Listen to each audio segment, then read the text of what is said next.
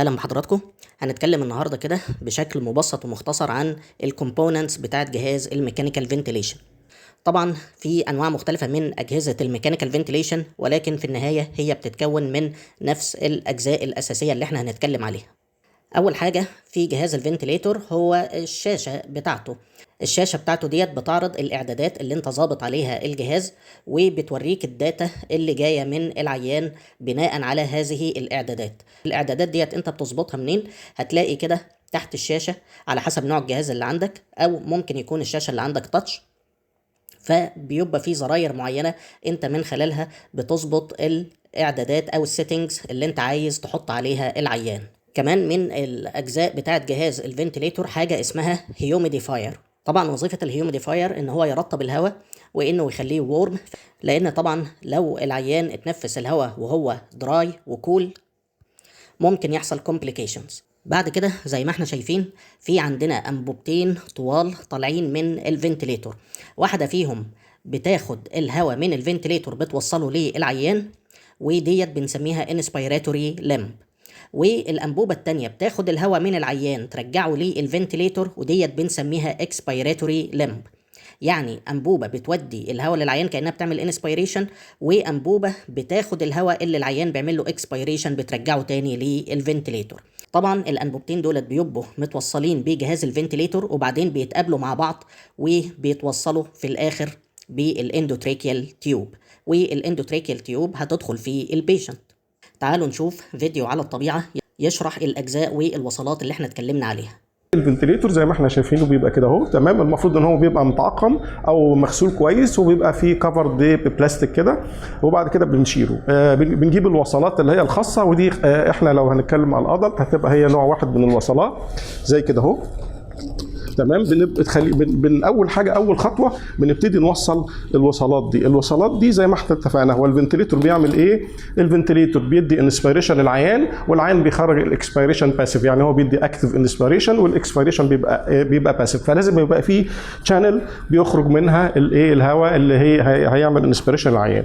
لازم يعدي على حاجه اسمها هوميديفاير علشان يخلي الهواء ده سخن ورطب، لان طبعا الانسبايرنج دراي اند كول اير ممكن يعمل انجري للالفيولاي وللاير واي، ويزود الكومبليكيشن في ميكانيكال فنتيليشن ويعمل ويننج فيلير.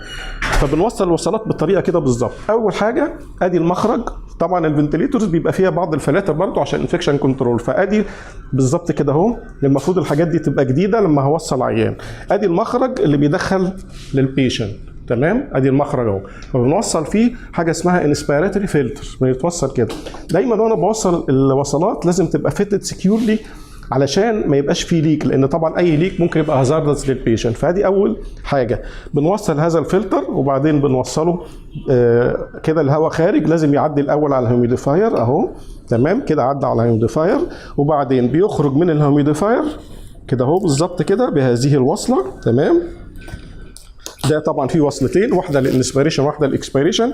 بيخرج من الهيوميديفاير كده اهو، تمام، بيوصل للعيان عن طريق الحته دي اللي هي فيها الاندوتراكيه، بنوصل بيها الاندوتراكيال تيوب. العيان الفنتريتور بيديله النفس، اما العيان بيعمل اكسبيريشن بيخرج في الوصله بتاعه الاكسبيريشن اللي هي دي. الازرق ده بيبقى فيه اكسبيراتوري فلتر، والاكسبيراتوري فلتر ده حقيقه مهم جدا في اي فنتريتور المفروض يبقى موجود، لانه بيمنع الانفكشن انها تخش جوه الفنتريتور. يعني العيان وهو بيكسباير فهو بيتراب الاورجانيزم سواء كان بكتيريا او فيروس، فبيمنع الكونتامينيشن للجهاز، وده مهم جدا لان تعقيمه صعب جدا، تمام. فادي الوصلات احنا وصلناها، تمام اهي بكل سهوله كده، خلاص وصلت الوصلات، تمام كده.